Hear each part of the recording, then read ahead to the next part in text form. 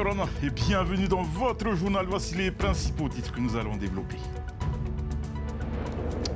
Kyle Tarofo fait son entrée au panthéon du Super 8. Il a remporté aujourd'hui la 32e édition du Super 8. Itai, une adaptation par Henri Hiro de la pièce En pleine mer entièrement en Reo Tahiti.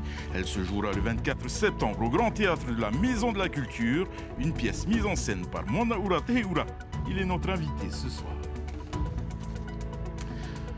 Un projet d'observatoire santé, agriculture, alimentation mis en place par un enseignant-chercheur de l'université, un outil à destination des pouvoirs publics pour enrayer le surpoids.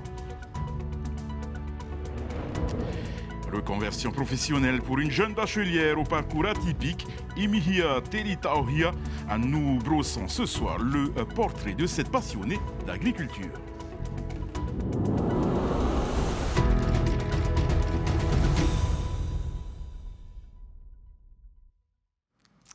Il inscrit son nom aux côtés des plus grands rameurs de l'histoire. Kyle Tarofo a remporté aujourd'hui la 32e édition du Super 8. Le rameur de Tautira s'est imposé sur la première étape avant de contrôler ses rivaux dans la seconde. Le résumé de cette prestigieuse course avec Désiré Teivao. Plusieurs cadors manquaient à l'appel, mais le Super 8 n'a pas manqué d'intérêt. Sur la première étape entre Taoné et Papeete, 6 rameurs se détachent du peloton. Dans ce groupe, on retrouve Reviton Singh, Richie Labei, Kyle Tarofo, Tuatea Tereyamano, Hitiru Amazeng et Tapuari Tamaiti Tahio. Mais Kyle Tarofo est le plus costaud sur cette première étape qu'il remporte en 56 minutes et 57 secondes. Reviton Singh prend la deuxième place à 9 secondes seulement du rameur de Tautira. Tuatea Tereyamano, troisième, accuse 25 secondes de retard sur Tarofo.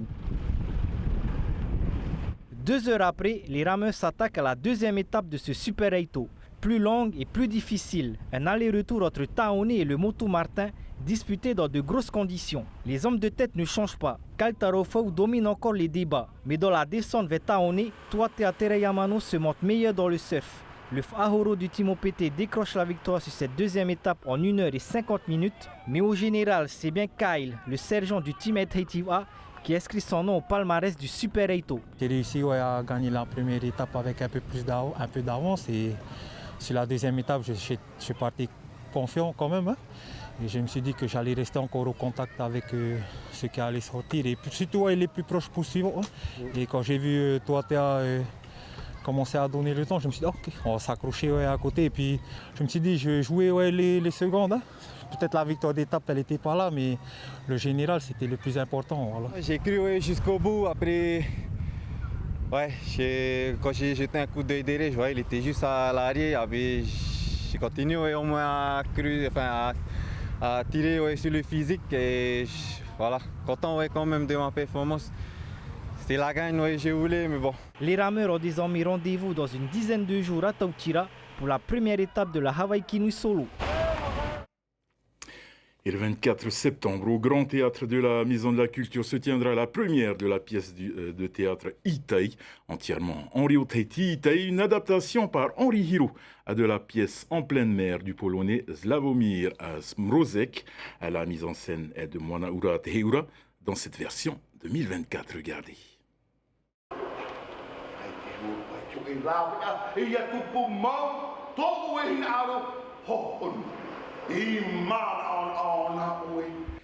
Itai, une pièce absurde selon certains, mettant en scène 3 naufragés à la dérive qui, à court de vivre, doivent déterminer lequel d'entre eux sera mangé. Cette situation pointe du doigt les injustices et le rapport de force entre les classes sociales, représentées par les 3 personnages principaux de cette épopée. Une pièce qui fait toujours écho dans la société actuelle. En programmant une partie des œuvres de Henri Hiro, Te Wharetauhitinui et Manaura Teheura veulent rendre hommage à cet homme de culture qui aura marqué de son empreinte l'histoire politique, sociale et culturelle de la Polynésie française. Nous accueillons à présent Manaura Teheura, metteur en scène de cette pièce, donc Itai. Yorana Manaura. Yorana. Alors, Itai est une œuvre d'Henri Hiro, cet homme de culture auquel vous rendez hommage depuis le début de cette année. À quoi doit-on s'attendre en termes de mise en scène? Alors, Itay a été mise en scène par Henri Hiro. C'est la première scène qu'il met en scène en 1976. Et donc, elle a été reprise en 2000, puis je la reprends cette année, donc en 2024. Et il fallait la rendre éternelle et intemporelle en quelque sorte. Et donc, c'était un peu le devoir que j'avais, m'adapter à la société qui a évolué, car cette pièce parle encore de faits de société qui existent aujourd'hui. Justement, en 76, elle a été donc mise en scène et adaptée en fait par Henri Hiro. Des adaptations à la culture polynésienne ou les changements principaux que l'on retrouve dans cette pièce version 2024, quelles sont-elles? Alors, cette pièce a été jouée dans le monde. Elle a été jouée en Indonésie, en Allemagne, en Grande-Bretagne, en France. Il y a eu trois troupes qui l'ont faite en France et chez nous. Et ce qu'il faut se dire, c'était, pour moi, en tant que metteur en scène, qu'est-ce que j'allais amener de particulier dans un thème universel finalement.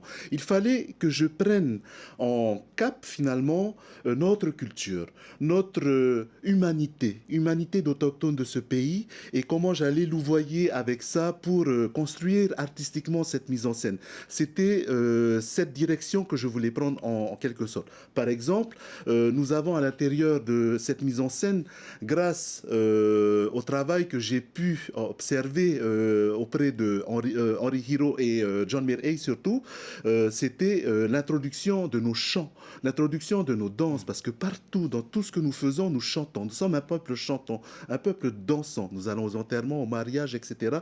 Nous chantons, nous dansons. Et ramener cette particularité, cette singularité de notre peuple était important. Notre notion du temps aussi. Dans cette pièce qui est propre au théâtre de l'absurde, il n'y a pas de notion de temps. Eh bien, j'ai ramené la notion du temps. Le jour, la nuit qui est évocatrice du rêve, évocatrice aussi de la réflexion. Tout ça va venir agrémenter Itay. Et bien sûr, parfois, il y aura des moments légers où le public pourra rire aussi, surtout, et réfléchir. Itay, c'est une pièce en Reo Tahiti, en Reo Maui, c'est plutôt rare. Pourquoi? Alors c'était important de rendre hommage. Cette pièce, Henri Hiro à l'époque, en 1976, il la joue en Reo Tahiti et en français. Ils alternent, ils font les deux. J'ai décidé donc avec la famille d'Henri Hiro, que je remercie, de la produire en Reo Tahiti parce que nous avons peu de productions en Reo Tahiti. Nous avons des spectacles en Reo Tahiti mais peu de pièces de théâtre. Il fallait ramener notre langue dans divers arts et c'était l'occasion de le faire avec cette pièce qui était toute écrite. C'est important aussi de dire aux spectateurs qui comprennent, ne serait-ce qu'un peu le tahitien, que grâce à la mise en scène, aux aérations que l'on met aussi dans la pièce, on comprend. J'ai eu des amis qui sont venus voir les répétitions, ils m'ont dit « Ah, mais je suis content, j'ai tout compris. » Et effectivement, c'est l'essentiel, c'est comprendre, ne pas avoir peur de son niveau et faire le pas vers des productions en Reo Tahiti, parce qu'on va être fiers d'abord de voir ça, et je suis fier surtout des acteurs qui jouent en Reo Tahiti, des amateurs pour la plupart, sauf Touar Itraki qui est professionnel, qui nous aide aussi dans cette pièce et qui joue merveilleusement bien, mais aussi les amateurs qui jouent pour la première fois, pour certains sur scène, sont d'excellents acteurs, et ça rejoint ce que dit Davidson, Henri Hiro, c'est-à-dire le Polynésien né pêcheur, pourquoi ne naîtrait-il pas acteur? Toute une équipe derrière vous, Mona Oura, avec pour la mise en scène, pour la langue, et certains acteurs aussi qui sont entrés, qui font partie de Faritahutitmi. Alors c'était aussi quelque part rejoindre l'idée de Henri Hiro, parce que lorsqu'il entre à la Maison des Jeunes, il emploie des employés de la Maison des Jeunes pour jouer Itay. Il y a notamment Fonfon que l'on retrouve. Et c'est cette réflexion qui va le conduire en disant « Je vais prendre des gens qui connaissent la vie de tous les jours, qui connaissent finalement le théâtre, c'est le théâtre de la vie, théâtre comme on dit en tahitien, et il prend des gens, des amateurs qui sont autour de lui, et il en fait des acteurs et d'excellents acteurs. Et je suis finalement cette idée d'Henri en disant, en prenant des employés de Te Wharatauhitini, j'en suis très fier de leur performance. Onaoura, merci beaucoup d'être venu sur ce plateau et d'avoir accepté notre invitation. Miss Tahiti sensibilise sur le suicide chez les jeunes à Temanava Domingo est intervenue ce matin devant des lycéens internes de Papara à l'invitation de l'association SOS Suicide à l'école hôtelière de Punaauia. Elle a parlé de solutions pour mieux vivre. Esther Paroucordet. les gens disent hey, c'est pas grave ça, pourquoi tu prends mal? Et en fait, on ne sait pas. Miss Tahiti a parlé à ses adolescents comme une grande sœur, avec leur propre langage. Stress émotionnel, frustration, désir, colère, souffrance, des choses familières qui résonnent en de nombreux lycéens. Je suis quand même un peu passée par là. Dans des moments vraiment difficiles, j'ai dû en parler. Et vu que la Miss Tahiti m'a fait rappeler ce que je suis et ce que je dois être, ça m'a vraiment porté et ça restera gravé en moi. Quand je la regarde, elle n'a pas trop de défauts, mais elle a dit que des fois des gens la jugent. Et là, je me dis que même si tu ne peux pas être parfait dans tout, les gens vont toujours trouver une chose à dire sur toi. Et en fait, c'est le fait de les écouter, d'écouter les préjugés, c'est ça qui peut pousser au suicide. Temanava Domingo agit en sentinelle pour désamorcer le passage à l'acte suicidaire. À Tahiti, on entend beaucoup parler et qui touche beaucoup de monde. Je pense que la Miss Tahiti a une notoriété, sa voix est entendue. Donc si ma voix peut aider des personnes, alors je l'utiliserai avec grand plaisir. La prévention du suicide, Les derniers chiffres ne sont pas encore consolidés et ils sont inquiétants. D'avril 2023 à mars 2024, l'hôpital de Taoné compte 485 tentatives de suicide, contre 895 de 2020 à 2023, en majorité sur la tranche d'âge de 10-20 ans. Le suicide n'est pas une maladie selon les professionnels de la santé, c'est un comportement réactionnel qui repose sur plusieurs facteurs. Et là, on est dans la prévention. Mais le monde de la santé n'est pas suffisamment armé. Alors, je citais un passage qui s'est dit la moisson est abondante et nous manquons d'ouvriers. Bon, le thème du suicide, c'est pareil. Avec tous nos moyens et nos bonnes volontés, il n'y a pas suffisamment d'acteurs. Il n'y a pas suffisamment d'acteurs de terrain, je m'entends. Ces lycéens repartent à l'internat de Papara avec les adresses des réseaux sociaux de la Miss Tahiti. Ils pourront communiquer avec Temanava Domingo en cas de besoin. Et tous les 2 mois, l'association Teorahau organise une réunion publique pour informer et conseiller un maximum de personnes en souffrance. Ce matin, à l'annexe de la mairie de Punaouia, à Teorahau a reçu donc une dizaine de familles qui se disent victimes de nuisances sonores. Reportage de Meretiatou. Ici, les récits du quotidien se succèdent et se ressemblent. Toutes ces personnes sont victimes de nuisances sonores. Aboiements de chiens, musique forte du voisinage, bruit de travaux. Ils viennent des 4 coins de Tahiti pour rencontrer l'association Teorahau. Dans un premier temps, notre rôle, c'est de les écouter parce que ces personnes sont en souffrance et elles ont besoin d'être entendues. Dans un second temps, nous les conseillons parce que nous avons une expérience maintenant dans le traitement des dossiers auprès des autorités, la gendarmerie, éventuellement jusqu'au parquet. Donc nous les conseillons. Le bruit a des effets néfastes sur la santé générale des personnes. Dans certains cas, des victimes s'enferment dans le silence par peur de représailles si elles dénoncent des auteurs. L'an dernier, l'association a reçu un soutien verbal du pays. Rien n'est encore mis en place, mais elle veut rester confiante. Disons que les choses se passent et prennent du temps. Dans la mise en application des choses, il y a du travail à faire. Donc nous avons rencontré ensuite le juriste de la vice-présidente à l'époque, Rayman Allemand. Nous avons bien travaillé ensemble. Ensuite, il y a eu un remaniement. Donc nous avons rencontré récemment le nouveau ministre en charge de l'environnement. Et nous essayons de travailler en collaboration avec lui pour faire avancer les choses dans le bon sens. Jacques vit depuis 24 ans sur les hauteurs de Punaouia. Chaque événement sonore organisé au parc Veirei depuis quelque temps résonne jusque chez lui. Hier soir, par exemple, j'ai été perturbé par le bruit. Et j'ai téléphoné à la brigade municipale par 3 fois. Ils m'ont dit oui. Et à la fin, ils m'ont dit, c'est les répétitions, ils répètent, ils ont le droit. J'ai dit non, ils n'ont pas le droit. Les nuisances sonores, c'est pour ce soir et non pour hier soir. L'association préconise de s'armer de beaucoup de patience et de rester déterminée face à ces agressions sonores. Elle se tient à disposition de toutes les personnes qui s'estiment victimes. C'est un enjeu de santé majeur au Fénois qui fait pourtant l'objet d'assez peu de recherches, l'obésité. En partant de ce constat, un enseignant-chercheur de l'université a compilé 11 années de travaux sur l'agriculture locale. Objectif, créer un observatoire santé, alimentation, agriculture, un outil à destination des pouvoirs publics pour enrayer le surpoids. Thomas Chabrol, Valentine Vassel et Esther Cuneo. Face à une offre d'alimentation ultra transformée dans les rayons, quelle place ont les produits locaux dans l'assiette des Polynésiens? Une question qui taraude Anthony Tchekemian. Enseignant-chercheur en géographie humaine, il a ainsi décortiqué les modes de production agricole dans 5 archipels. De quoi cartographier la présence des produits importés et transformés, mais aussi leur quantité. Et donc, alors modestement, c'est essayer de comprendre aussi finalement quelle était la composition des repas et qu'est-ce qui structurait l'assiette des Polynésiens. Alors on voit qu'il y a beaucoup de boissons gazeuses, on voit qu'il y a aussi une façon de cuisiner maintenant, davantage de friture et beaucoup de sauces qui composent l'assiette des Polynésiens. La Polynésie n'échappe pas à la pandémie mondiale d'obésité.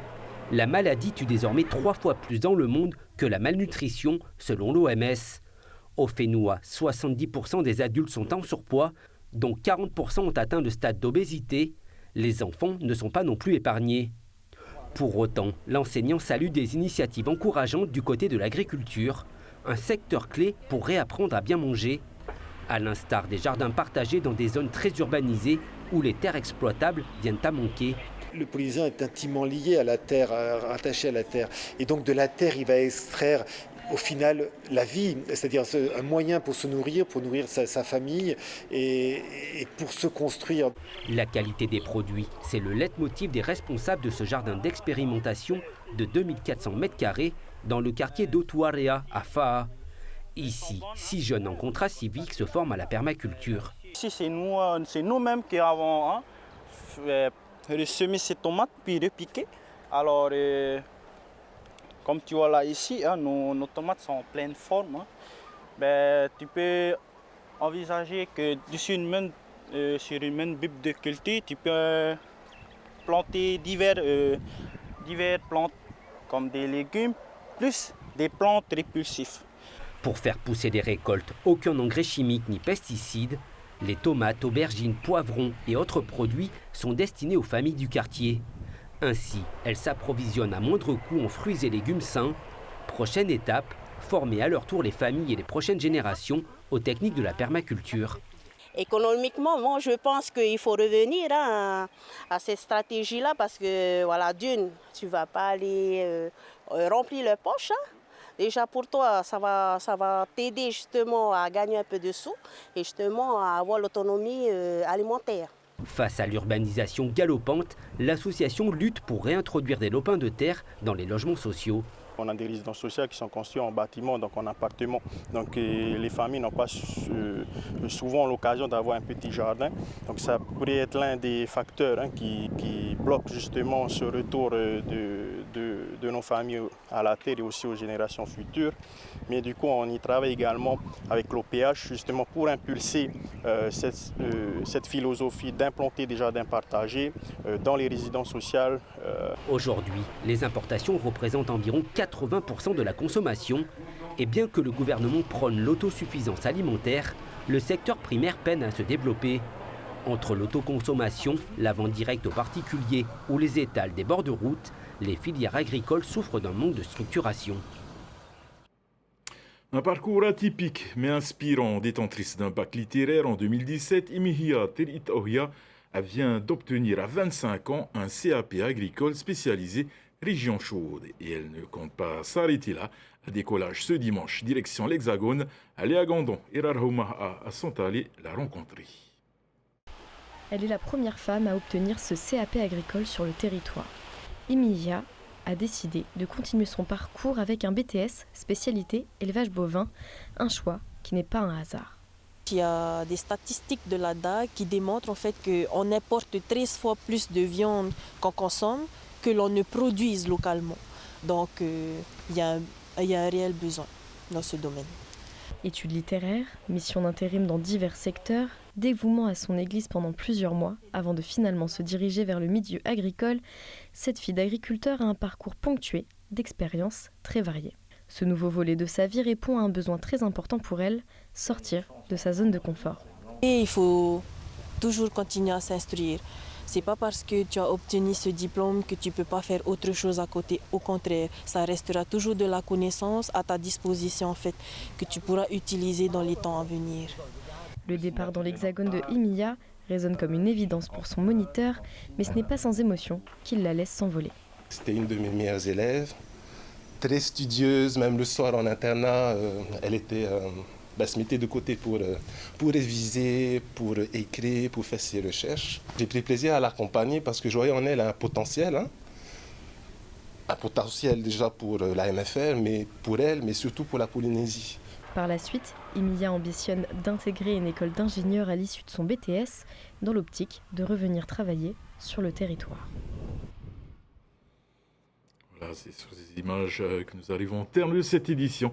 À votre soirée donc sur Tétine Télévision. Ne manquez pas votre magazine de la glisse Waves, suivi de The Voice Kids et de votre émission. Allez, très excellente soirée sur Tétine Télévision et à demain, même heure. Prenez soin de vous. Retrouvez ce journal en replay sur notre site internet et notre application mobile TNTV.